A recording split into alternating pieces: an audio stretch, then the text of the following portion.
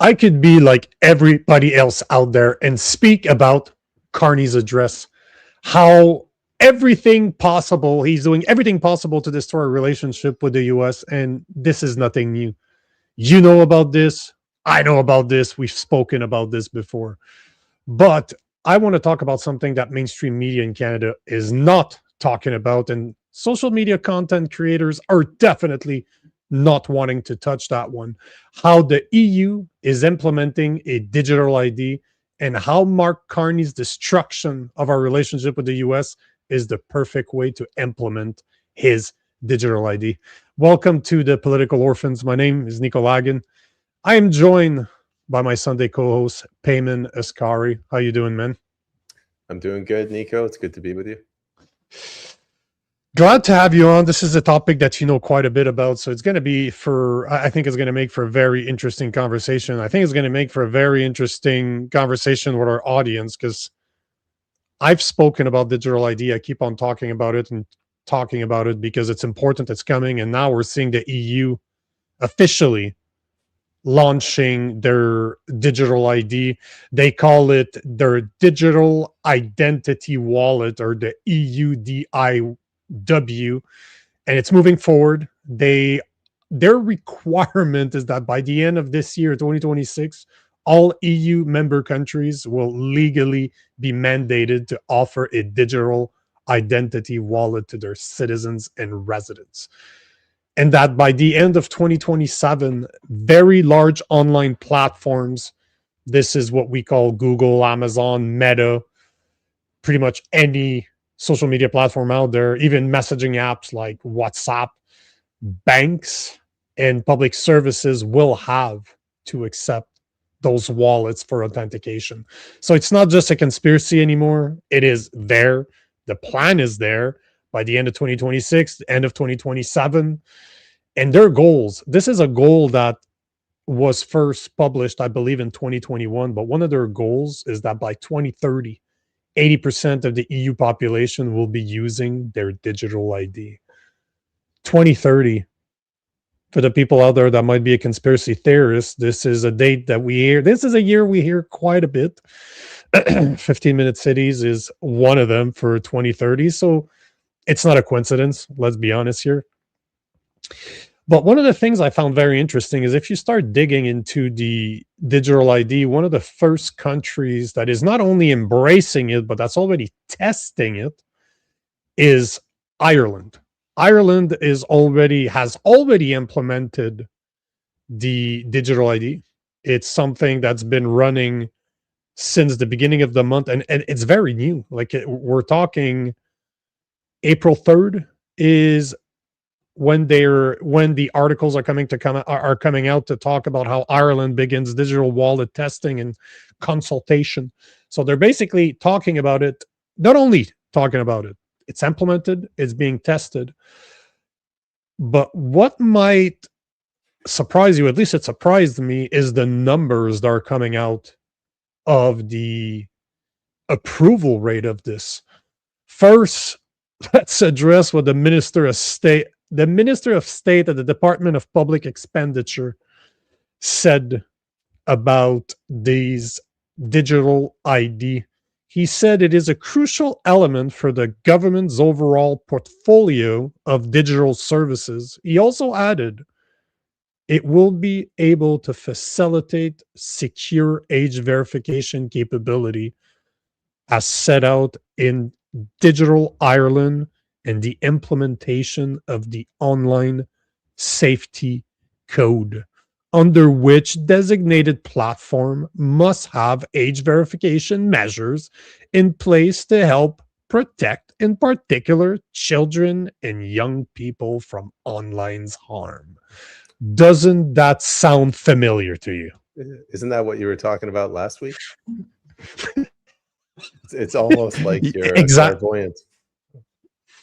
It's basically exactly what we were talking about last week, and you'll see I go deeper. I connect, because there's a couple of ways in Europe, if you've been paying attention, about on how they're implementing those measures, like how they're pushing the digital ID. There's two ways, but in Canada, there's a third way, and I'll show you what it is. This is me going down the rabbit hole, but I think I can connect the dots for people. But all to say that this was the Minister of State at the Department of Public Expenditure, Infrastructure, Frank Fegan. They have very strange name for their departments compared to ours.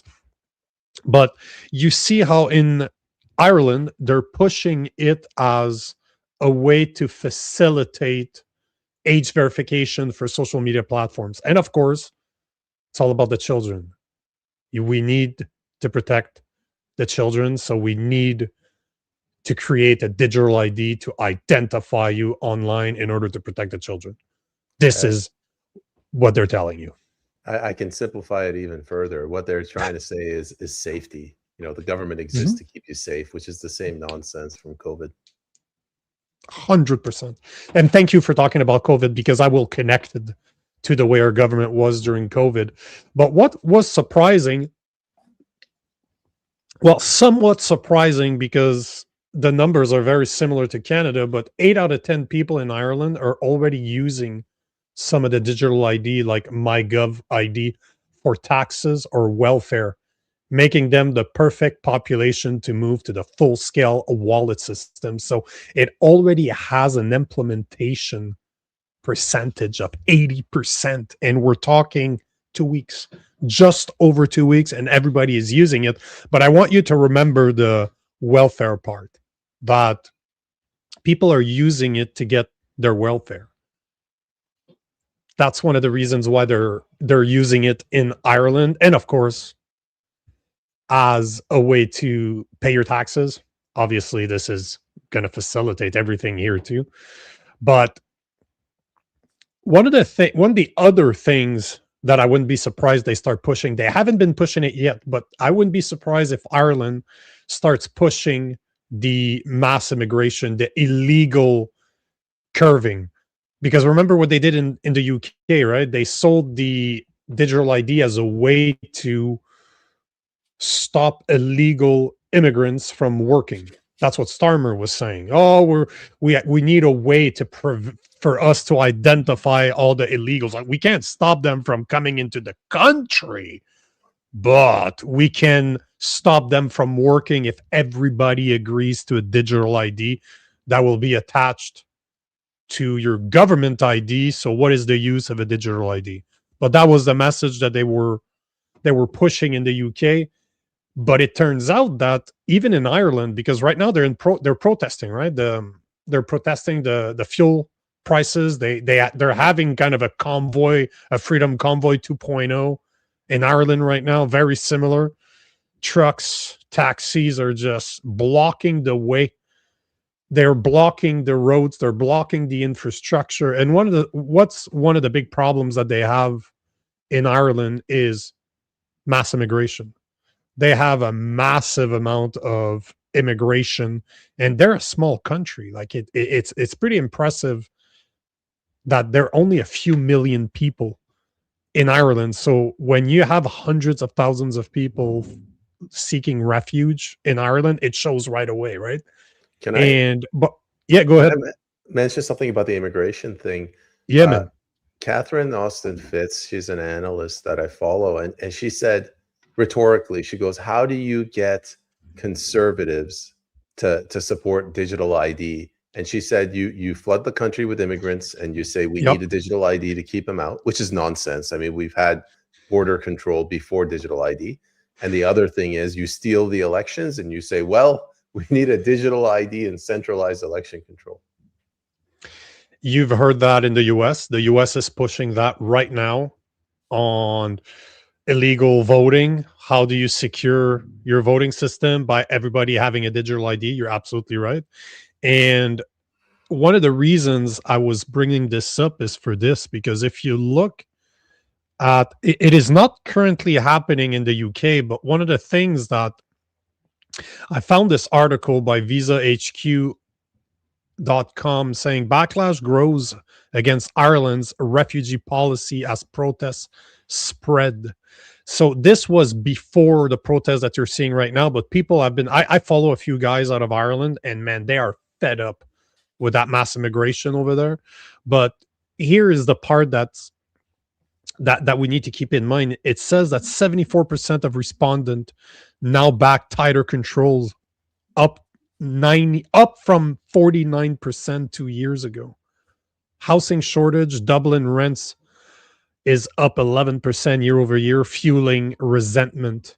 But that ties up exactly what you were saying. It's 74% right now of people that responded to this poll that are pissed off about immigration, up from 49%. So it's up 25%, literally 50% up in 2 years. And what's the best way to sell a digital ID to conservatives is by telling them that it will prevent immigration or illegals from working. You're bang on. The person, the woman you refer to, I can't, what's her name again? Because I think I follow her. I've approached her to have her on the show. Catherine Austin Fitz. Yeah, yeah. She's a younger girl, like in her 30s. She wears glasses. She's super nerdy looking. Is that her? No, that's Whitney Webb you're thinking of. Oh, that woman is awesome. I absolutely love her content. That woman is great. But she's absolutely right in saying that this is the best way to push a digital ID to conservative, is to tell them that it is going to curve the amount of immigration or illegal immigration. And I know for a fact that that would work in Canada too. Like the so-called conservative would fall for that one. And they're smart, right? The people that are pushing those digital IDs are not stupid. They know exactly what they're doing. That's what I wanted to say. They know that if they can get away with, like if they can put 99% pressure on us and then we fight back, they'll put 98%. Like they'll ease it off a bit. They'll test the waters. Okay, we went a little bit too far. Let's take it back a little. They want us to the point where we're complaining, but we're not doing anything. And I'm not advocating for violence, but we need much more aggressiveness. Like people have to start throwing tomatoes at the offices of all these political candidates. But you're absolutely right. And they did a lot of those tests during COVID. They learned what Canadians will take and will not take. There's not a lot we won't take. I gotta say, I was kind of disappointed. I was very disappointed in Canadians during COVID, but there's two ways. So right now, if you look in the UK, they're pushing those two ways. They're pushing, like in the when I meant in the EU, they're pushing the UK the UK portion, which is immigration. How do you curb immigration or mass immigration or illegal immigrants from working, however you want to call it? And then you have Ireland that's pushing the social media ban. That is how they're getting people to accept this. But the other thing is that, as I said earlier, they were talking about welfare, that you will receive your welfare through your digital ID. And considering that Canada is a massively social state, that's one of the best ways to get people to participate, is by saying that if you don't do digital ID, you will not have your services. But that just represents a small portion of Canadians that are that dependent on their social services, as in welfare, I mean. But this is where you have to put your conspiracy theorist hat on, or your research cap on, because the two ways we described in Europe are applicable here. What's Mark Carney talking about right now? Social media bans for people under the age of 16, which they want to implement it. It was voted at their Liberal convention in Montreal 2 weeks ago. So they voted on this. They had a non-binding motion, but they're pushing the idea. Mark Miller, our heritage minister, is already talking about it, like it needs to happen. And what else does Canada have? A massive immigration problem. Like some of the numbers that we've seen right now is between 500 to 2 million people are in Canada illegally as we speak right now, that their visas expired. and they're just here. Our border services are not going after them because they don't have the will. They don't seem to have the will to do so. So just like the UK, we have an immigration problem. Just like Ireland, they're going to use the social media bans to push the digital ID because just what did I say earlier? 80% of Ireland or Irish have already accepted the digital ID in the name of age verification, security for the children. We see polls here. Angus Reid poll from March 29th is indicating that 75% of Canadians are in favor of a social media ban. So the numbers are very, very close.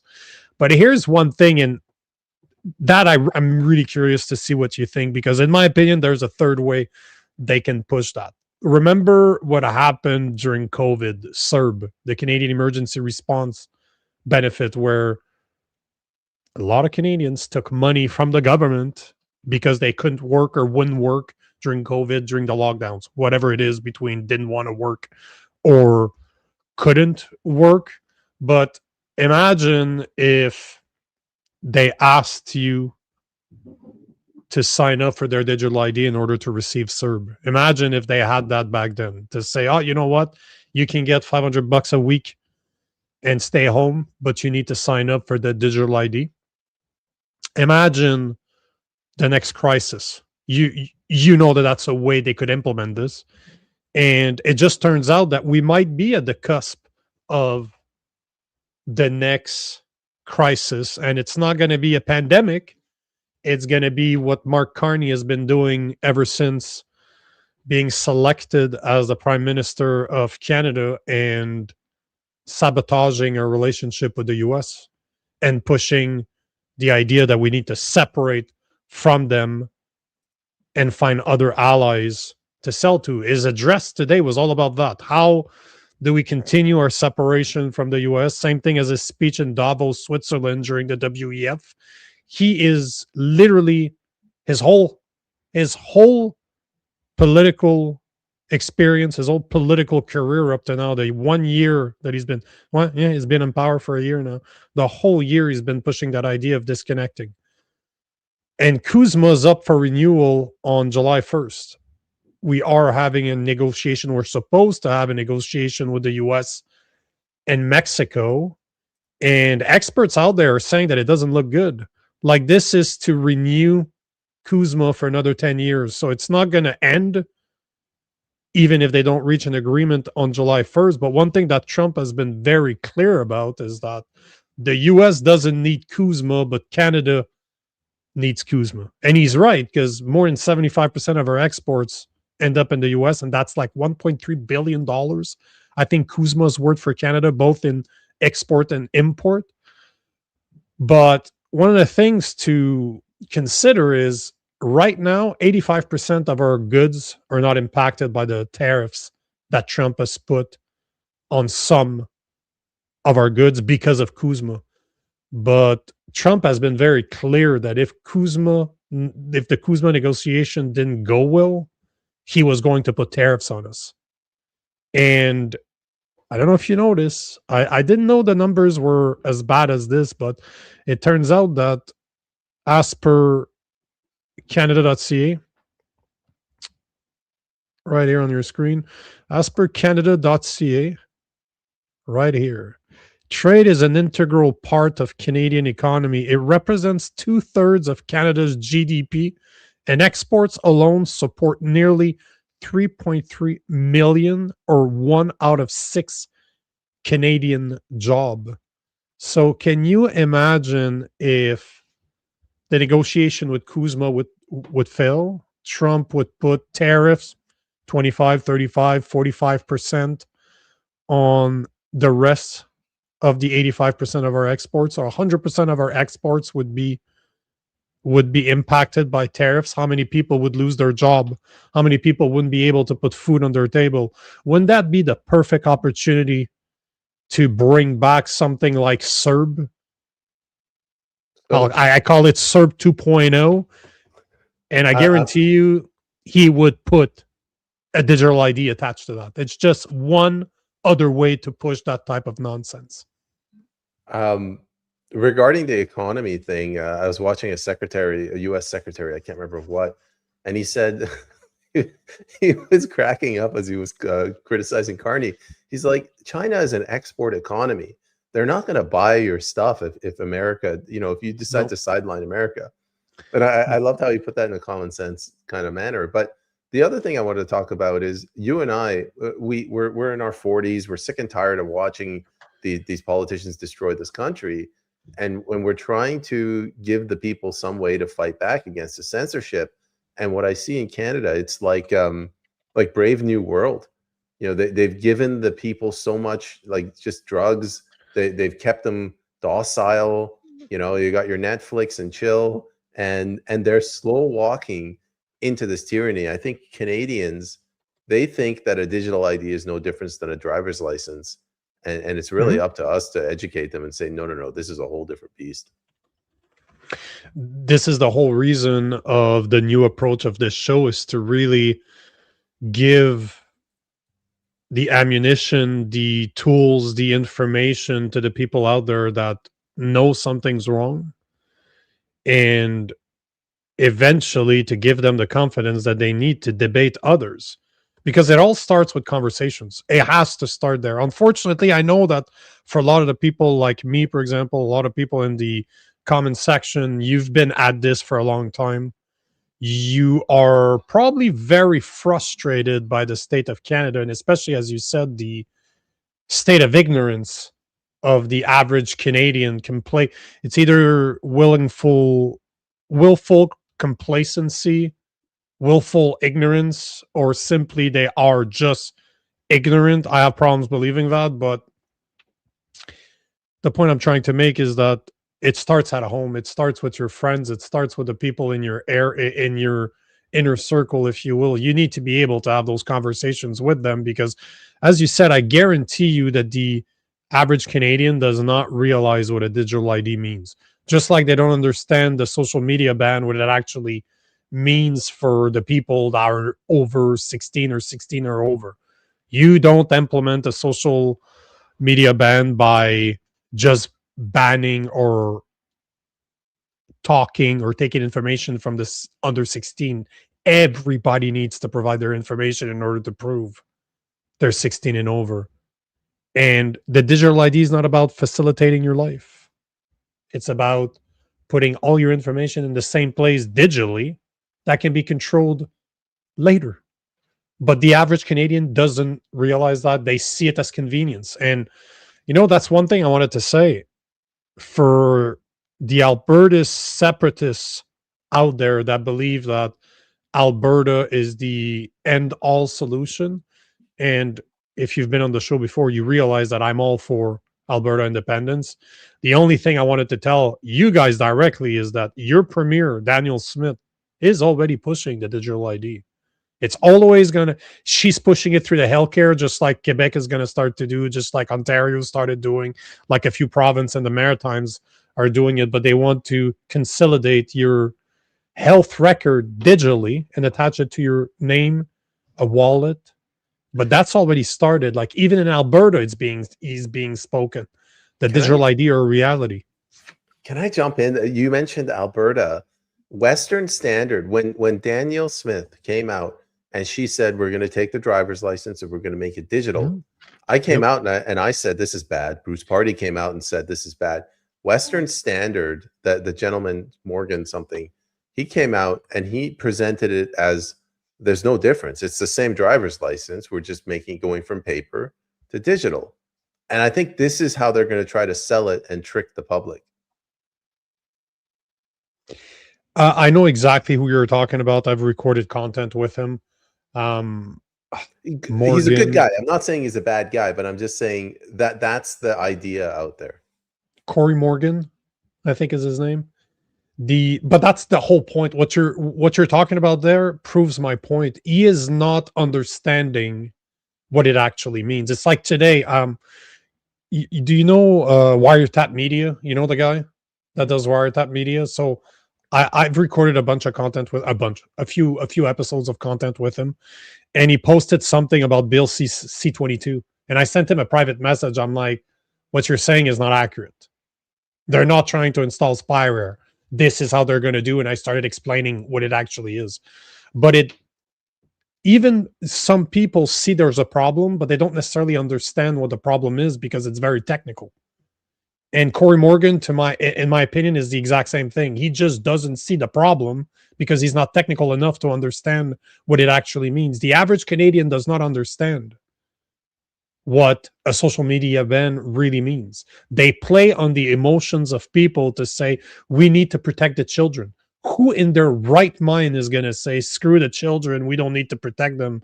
Nobody in their right mind is going to say this. That is exactly why they do that. That, as you said earlier, how do they push a digital ID on conservative people? This is going to stop illegal immigration. It's the same thing. This is people's emotions. And there's a lot of protests out there. Like the Canada First movement is a guy that I know that I've recorded content with, and it's all about mass immigration. Let's curb mass immigration. Remigration is all about sending them back. Imagine if a digital ID would help remigration. Mm-hmm. I'd be very curious to see how many conservative people would actually go for it. I think it would be a high number. I would not be surprised if the same number, like 75% of people are for a social media ban, it would be the same thing on the other side. The way I look at it, you have socialism, which I really don't like, taxing me and paying for random stuff. On the left, you have healthcare, pensions, education. On the right, you have military and intelligence. And they just scream at the other side. They're saying, yeah, you're spending too much money on the social stuff. And then they do the socialism on their side. And nothing changes. Like the government just keeps getting bigger and bigger. And now we're at a point where the government's like, all right, the people are so dependent on us. Let's just turn the key and let's unleash totalitarianism through censorship. And you're absolutely right. That's the exact idea. But the irony is that we don't have conservatism because one of the first values of conservatism, at least the original conservatism, is small government. To have just enough government that protects your borders, you have a military, and they fix the road. That's pretty much what conservatives should be about, but this is not the idea. You don't hear our conservative party say we need less government. They're not. They want more government. They want more money, more government, more programs, more places that they can help you be a better person, but where they can be your parent. It's pretty much it. I don't remember who said this, but now people leave their parents' house to go live alone and depend on the government. Like we need somebody to guide us, it seems like. That's what Canadians have become. But like you were saying earlier, it's really up to us to have those conversations with people and be able to do it in a way that we're not calling other people names. Because that whole left versus right narrative that they're pushing is bullshit. It's not true. It's not real. It does not exist. This is fabricated to divide us. As soon as you start talking to people that you're not supposed to like, you're not supposed to agree with, you start to understand that they are pretty similar to you. They might not have the exact same views as you, but at the end of the day, man, they want to be happy. They want to have enough money to take care of their families. They want to have enough money to go on vacation every now and then. They want to have enough money to feel comfortable without thinking about every single dime that they have to spend and see if it's the proper place to spend it. But we need to have those conversations with people we don't agree with, because turns out that we might not agree on the solutions, but we often agree that there's a problem. And this is where the conversation starts, is to agree that there's a problem. Let's talk about the solution. But if we can agree on the problems, this is the hardest part, if you ask me. Being able to sit down with somebody you're supposed to hate, that's what our politicians are telling us, that we're supposed to hate those people, and just start talking. Canada could change overnight if we were able to do that. And it's up to us, the people that are more aware, I guess. I probably should come up with a better term than more aware, but people that just been at it for longer, to extend that olive branch to others that haven't. That's why I'm saying anybody that's listening to this, anybody that sees the show live or not, There is no reason why you shouldn't be able to have conversations with the people around you, with your friends, your family, your co-workers, and just engage on that. Like as simple as, what do you think about social media bans? You're for it or against it? Oh, you're for it. Why are you for it? Well, did you know that you can't implement that without asking everybody to prove their age? Did you know that? Because the average Canadian does not know that. So there's ways to approach it, and I think that's the first step. I know this is the first step to changing Canada, is to be able to have those conversations. And unfortunately, Canada did not become China overnight, and it's not a solution that there's no overnight solution for this, but it needs to start somewhere, and this is where it needs to start. I agree with you that the talking to your opponents, the other side, it's not easy, but you learn a lot by doing it. I have a question for you, if you don't mind. How would you define what a digital ID is? Because just saying it's an identification system that's digital, it's not like a digital passport. How would you define it? Digital ID is, to me, what there's different versions of digital IDs. Like, let's say asking for your government ID in order to access social media. This is one form of digital ID. This is not the end form. This is just the beginning form. But a digital ID is a digital identification that will connect your social media, your biometrics through healthcare, your healthcare records, that will connect your banking information, that will connect it to your real person, that is you, with regular government approved ID.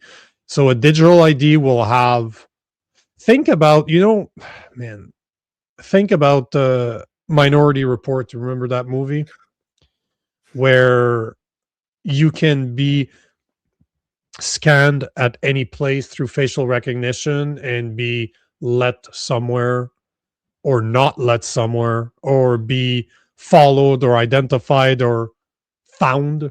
This is the end goal of a digital ID. But a digital ID is literally just attaching your online presence with your real presence, like your body presence.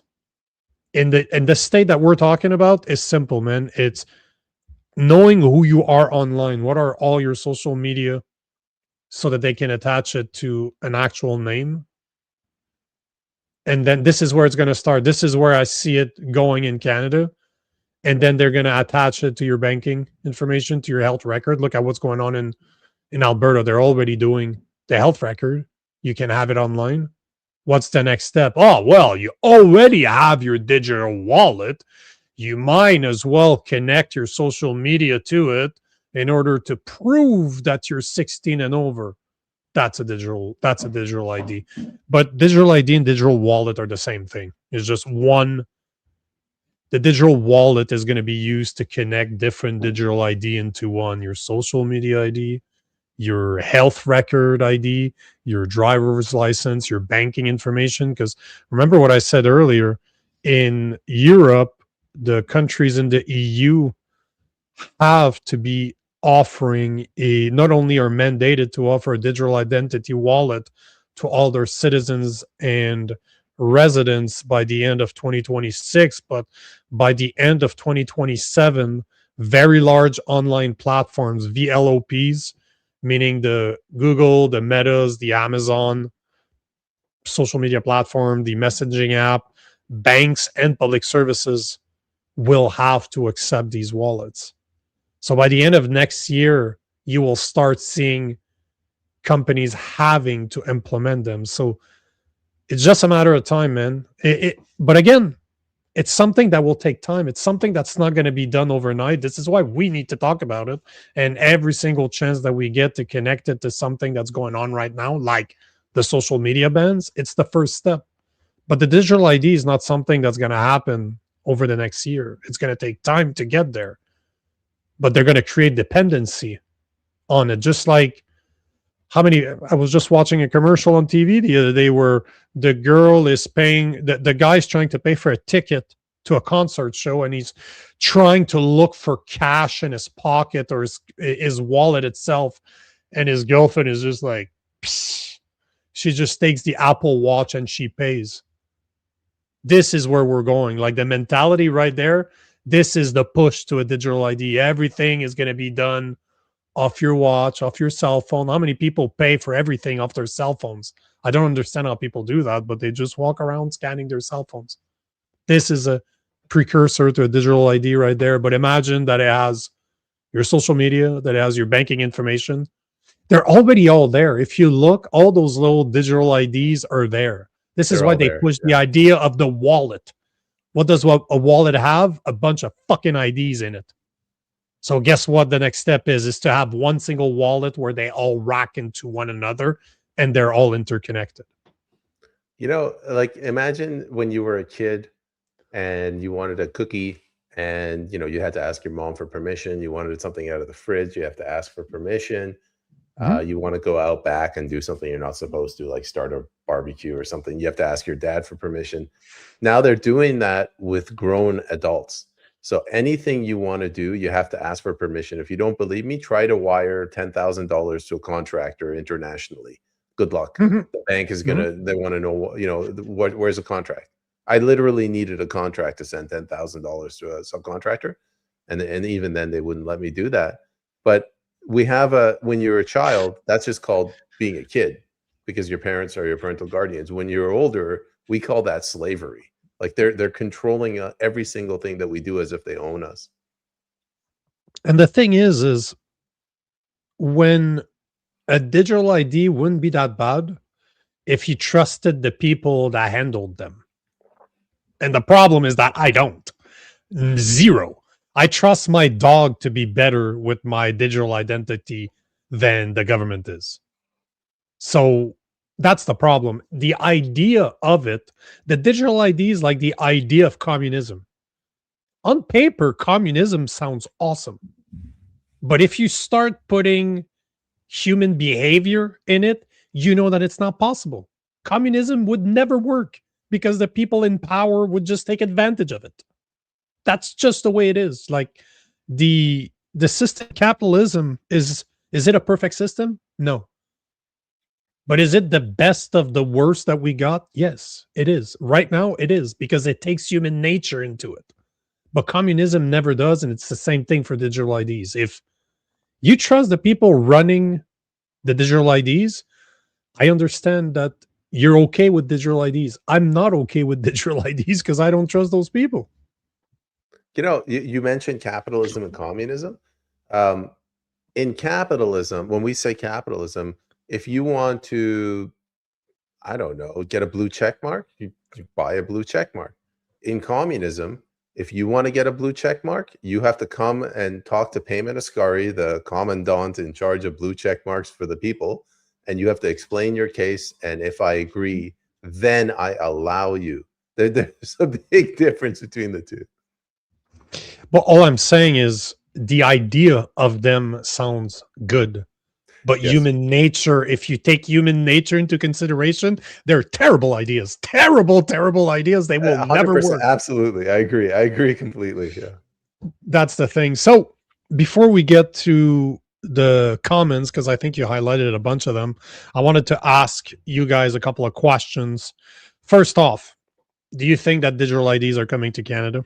If so, how will they be implemented? Are we looking at social media bans? Are we looking at a way to counter immigration? Are we looking at the next crisis, a CERB 2.0? This is how I'm going to call it. I'm going to quote it right now. CERB 2.0. Is it going to be a mix of all? Tell me what you guys think. The other question that I have for you guys is this the type of conversation you'd be willing to have with your family? Digital IDs, because to me, it's a line in the sand, man. Digital IDs is something that we need to prevent at all cost. So is it something that you would feel comfortable speaking to your family, your friends, your coworkers? Is that something you'd be willing to do? Because we need people to go out there to speak about this. So those are the questions I have for you. Before we get to your answers, I want to remind you that comments are great and they're always going to be a cornerstone of this show, but nothing beats a real conversation, a voice-to-voice conversation. So I decided to take this show to the next level, and I want you on the show. Imagine if I took live calls just like they do on AM talk radio. I call it the Orphans Hotline. All I need to make it happen is a piece of equipment called the Rodecaster Pro 2. Turns out that it's on sale. Turns out that I went to the store the other day to see it, and I spoke to the guy that ran the store, the director of the store. I explained to him what we were doing, or what we were trying to do. Not only was it on sale for 820, down from 989, but the guy gave me a deal where he took it down to 650. So 650 plus tax, it's literally 350, almost $400 off the regular price, especially if you count taxes in there. So we got a great deal. We got a way to bring you guys on the show to have real voice-to-voice conversation. We have there's $430 left to be donated in order to make this a reality. So if you're interested, if you want to support that idea, if you want to make the Orphans Hotline a reality, go to thepoliticalorphans.com/hotline. Everything helps. 10, 20, 50, take 1,000. Everything helps. But go to thepoliticalorphans.com/hotline and let's make the hotline a reality. So again, the question I had for you guys, do you think that Canada will be implementing a digital ID? And if so, how will it be implemented? Immigration, social media bans, or CERB 2.0, or a mix of all of three? And do you think that that's a conversation you'd be ready to have with your family, friends, and coworkers to educate them on why digital IDs are so dangerous? You got two answers. Do you want me to read them out for you? Go for it, man. Cowboy with a camera says they will force you to use it to get groceries, is my guess. Yep. Eventually they will. Yeah. Oh, of course. As soon as they connect, man, it's even more evil than that. If you look at some of the things they were talking about in the UK, they were talking about attaching a carbon footprint to people living in the UK, meaning that they could ration the type of meat, the type of food that you eat, as in you have that much CO2 per week. I see that you ate a steak that took 70% of your CO2. Now you only have 30%, so you get to eat bugs and vegetables until next week. But this is not even a conspiracy. This is something, obviously the numbers, I'm just telling numbers off the top of my head. Those numbers are not available. I don't know what they are. But the idea of attaching a carbon footprint to people is something that's already been floating. And how's the only way to do it is through a digital ID. It's a way to monitor everything that you're doing. Did you see what they're doing in Mexico? What the cartels? Yeah, no, the fuel crisis that they have in Mexico. Now they're going to mandate people to have to scan QR codes. They will have to have QR codes in order to ration the fuel that they use. So this is a way to introduce the digital IDs. So yes, the grocery store is going to be a way, no questions about it. It's going to be one of the ways that they do it. You know, it's a problem reaction solution. Like they caused the gas shortages, and then they're like, oh, I guess the only solution is what we wanted in the first place. And it's like that for everything. The social media bans the same thing. They create a problem that they literally created the problem by parenting children instead of parents. So now the parents that don't want to parent their children, they're looking to the government to do their work that they should be doing in the first place. The same thing is true for immigration. They opened the door to immigration. I'm talking about this on Thursday. Over the past 25 years, our country has grown by 35%.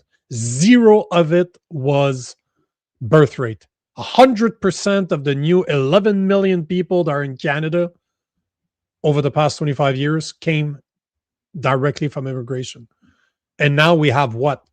500 to 2 millions. I've seen numbers higher than that of people in Canada as we speak that did not renew their visa or that were kicked out or that they're supposed to leave and they're still here. So it's here, man. It's They a have the mess. power to do it, but they Uh, created that mess that could have easily been handled, but they created the mess because they had a solution to sell. And here's the solution. no, I agree. Problem, reaction, solution. We got another. This is another answer of how they'll bring digital ID from Sheridan Forbes 3480. The Bank of Canada will implement an aspect of it with a digital token to represent the Canadian dollar. 100%. Oh, there's no doubt. This is pushed by the UN. The UN is a big proponent of the digital ID. So is the WEF, which, guys, if you don't remember that, Mark Carney was part of the board of trustee of the WEF. He worked on the net zero agenda, the 2050 net zero agenda. Mark Carney was on the board of trustee when it was presented to their members. So you know that he worked on this. And it's the same entity that's been pushing the digital ID. I think you can go back to at least 2021. During COVID, they were talking about putting a digital ID in place. You can go on the government's website right now and find their proposal for digital ID when it came to share the vaccination status of Canadians abroad. So the digital ID was not only for Canada, but it was meant to be used internationally. So this is nothing new. You're absolutely right, Sheridan. It's the banks. That's why earlier when I was talking about the VLO, the very large, what was it? Online VLOPs. platform. Yeah, very large online platform. Banks are part of this. So banks have to offer that service by the end of 2027. It needs to be a way to accept authentication. So yes, you're absolutely right. It will be attached, and there's a lot of people out there that thinks that crypto is the way to do it too, and that's why I believe that Sheridan used the word token, but crypto will play a role in this because there's ways to have crypto that is decentralized, but there's ways for crypto to be centralized. Yeah, I'm also worried about this whole digital. It's not even a digital ID. It's a digital gulag or a digital prison system. Yeah. As for how I think they'll bring it in, somebody said that what they can do is all they have to do is offer it, peg it to the Canadian dollar, and say we're prototyping this. We're going to give away $20,000 at 10,000 Canadian, and everyone's like, "Oh, I'm making twice the money," and they'll switch over. Wasn't it in Canada that they offered food for you to get vaccinated? If you get vaccinated, you get French this. fries. So just saying, That's man. how little people value their health. I'm just saying, man. Worse things have happened, or crazier things have happened, should I say?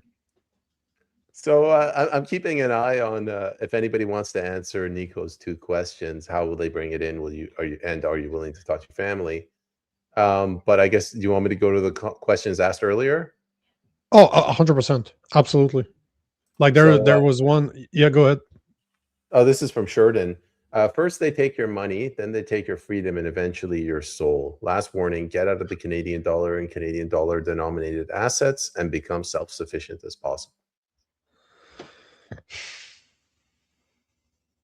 Thoughts? Man, this is something I've been thinking about for 10 years.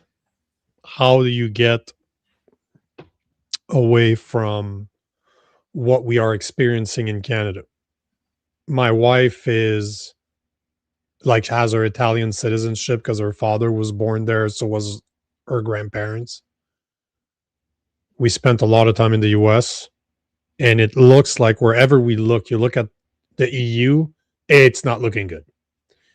You look at the US, they're pushing the same thing. They're going to start pushing the same digital ID in the US. It's going to be backed by Palantir. JD Vance is the golden boy of Palantir. They were his biggest campaign contributor. We see what's happening in Canada. You look all over the world, it seems like they're pushing the same agenda everywhere. And for the longest time, I thought there was a way to go somewhere else and avoid it, but it doesn't seem that it matters where you go. It seems like it's coming no matter what. So, at one point, do we run to a different place that might take more time in order to be implemented, or do we stay home and try to prevent it from happening? Because I still believe at the end of the day that it's never too late. It's never too late to fight anything, but the road's going to suck. The longer you wait, the harder the road back. But I still know for a fact that it's never too late. We're more than them. And if we refuse, we'd simply say no to this. We refuse to use it. Just look at what they did in the UK. They tried to push that digital ID on immigration. Last I checked, there was more than 2.9 million people that signed a petition saying that no, we're not falling for this. And they pushed it back. They kind of killed it. They kind of stopped talking about it.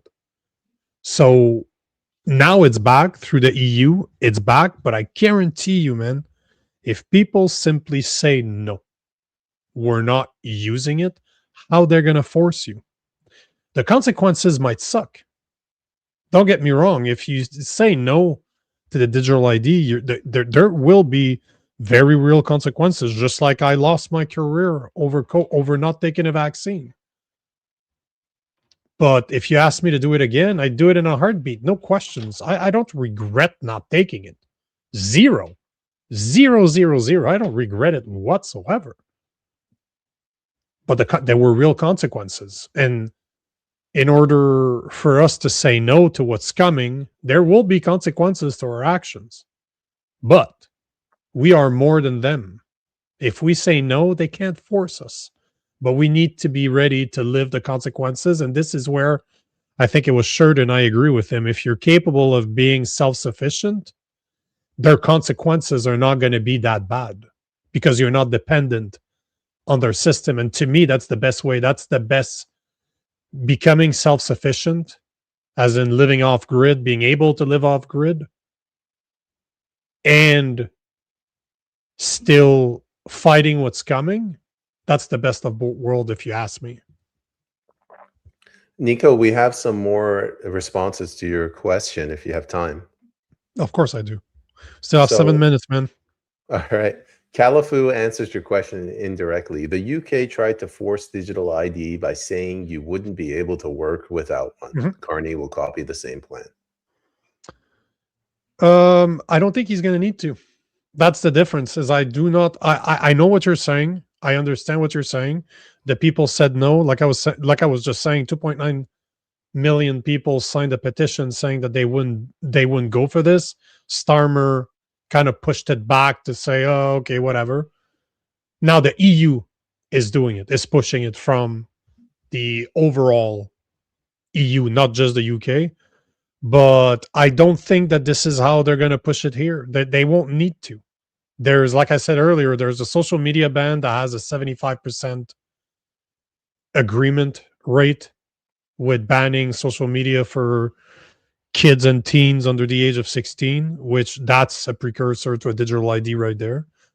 They have the immigration route where 500 to over 2 million people, depending the estimates that you look at, of illegals are in Canada right now that we're probably still taking care of because we are a social state. Oh, if you have a digital ID, we're going to be able to prevent those people from taking advantage of our system, which you could have easily dealt with that problem when you could. You just chose not to. So they create the problem in order to sell a solution. And I think SERP 2.0 is going to be the other way too. Just what's happening with CUSMA, July 1st is going to be bad. Is going to be bad. Imagine if we have tariffs on 100% of our goods when right now we only have them on 85%. And I'm not trying to downplay it. I'm not trying to say that it doesn't matter, that it's just 15%. That's not what I'm saying. But imagine if it was 100% of all our goods going to the US are tariffed. That's 75 to 80% of our exports go to the US. That's over $1 billion. It's was it $1 trillion? It's between $1 trillion and 1.3. Like, the numbers are just ridiculous. The amount of 1 trillion, that doesn't sound right. Sounds like our debt. Yeah, that doesn't sound right. What was it? Hold on. God damn, I'm drawing a blank. Lack of sleep is not good.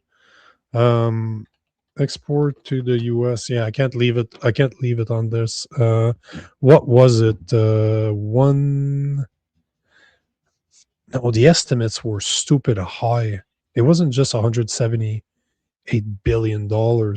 Holy shit, I'm drawing a blank. My apologies, guys. My brain is definitely not working. I think it does. Yeah, I'm pretty sure Canada exports to the US was $420 billion in 2024. And that is just one way, and that's American. So 420, you're probably looking at That's like 700 trillion Canadian. Yeah. No, but I think it's right. I think it is $1 trillion that the annual CUSMA is worth. Like, it's insane the amount of business that we do with the US. All to say that they won't need to. It's infuriating because Carney is destroying the country, but the people's elbows are perpetually in the up position. And if you don't want to be partisan, they're just like, they're worshiping this guy, and they have their head in the sand. Yeah, but it's on purpose, man. Again, it's on purpose. But I don't want to bash on the boomers, but they are the largest segment of our population that still believes in Carney. But at the same time, the vast majority of Canadians still believe that there's a difference between the liberals and the conservatives. So it's not really a boomer problem. It's a Canadian problem. We still think that, man, just over the weekend, what are we, Sunday? So it would have been yesterday. I saw videos of Pierre Poliev at the UFC, and people are losing their mind. And I'm like, guys, this is really what you worry about.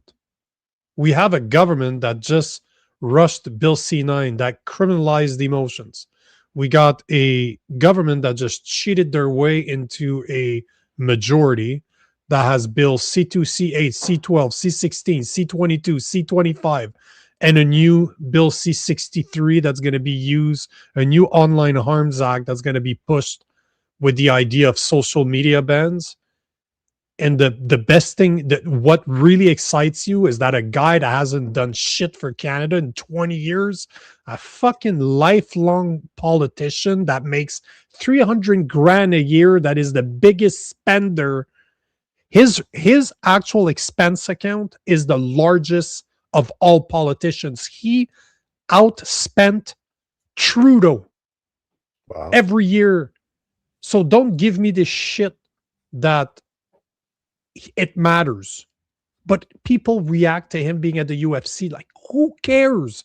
This is pure bread and circuses for the masses. But that is how idiotic we've become. We care that he was at the UFC. That guy couldn't fight his way out of a wet paper bag. Who cares? It's not like he was fighting. He was hugging a fighter. Who cares? Who cares? You ever watch that movie, A Night of the Roxbury? Yep. Those two brothers, that's the Canadian electorate. Like, they're just completely oblivious. They have no responsibility. You know, man, it's as bad as it sounds. There's a guy I like that's the name goes by the name of Dr. Greer. He's a massive conspiracy theorist. I've been following him forever. Love, hate the guy. That goes beside the point. He's still a very intelligent guy, but he presented the idea of 10%. It only takes 10% of the population to change the whole population. If 10% of people stand together, 10% of people start doing something, it will impact the other 90%. So, do I think that we can convince 90% of people of what's coming? No. Do I believe that we can convince 10% of people that not only is it coming, but for them to go out there and start talking to their families, talking to their coworkers, to their friends, going out there at the mall on Saturday and start talking to people like they were running a campaign? But it's a campaign of education. Oh, 100%. I know we can get 10% of Canadians to do that. And I do agree that 10%, if we can get 10% of people to change their mind and go out there and speak to people they are told to hate, we can change Canada. I have absolutely zero. I know for a fact that this can happen. I have no doubt whatsoever. We just need to do it. And that responsibility falls on you, falls on me, falls on everybody that's listening to this. So it's up to us to do something about it. But the solution is not that complicated. It just needs to get done. So great words of optimism to end on. You have to, man, because at the end of the day, our politicians are the problem. A new generation of leaders is the solution. We can do it one community at a time. So it's time for us to stop complaining, start leading, and be part of the citizen-led movement that is the Political Orphans. If you want to be part of it, go to thepoliticalorphans.com. It's that simple. Sounds good. Guys, thank you for being here. Thank you for the comments. Thank you for listening. Make sure to smash that like button. Make sure to comment. Even if you're watching this not live, you're watching this afterwards. I'm always looking at the comments, so make sure to comment. Make sure to share this stream. But above all, we want to see you again. So make sure to join us tomorrow, Monday, 7 p.m. Eastern Time. Until then, have a good night. Have a good evening. We'll see you tomorrow. Peace.